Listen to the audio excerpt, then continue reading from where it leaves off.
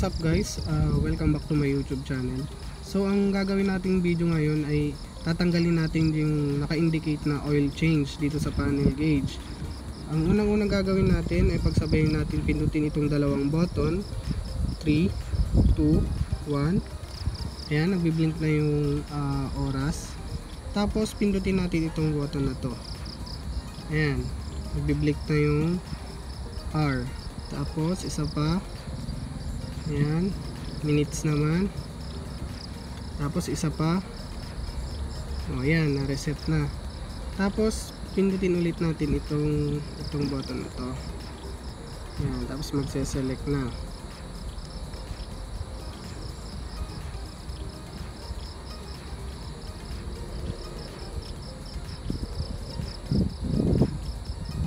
Isa pa. Lagay natin sa 5,000. Tapos set. Ayan guys, wala na. Ganun lang kadali guys, no? I-reset muna natin.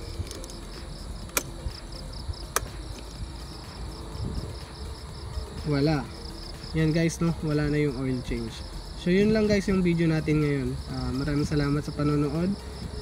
Stay safe and healthy. God bless po sa ating lahat.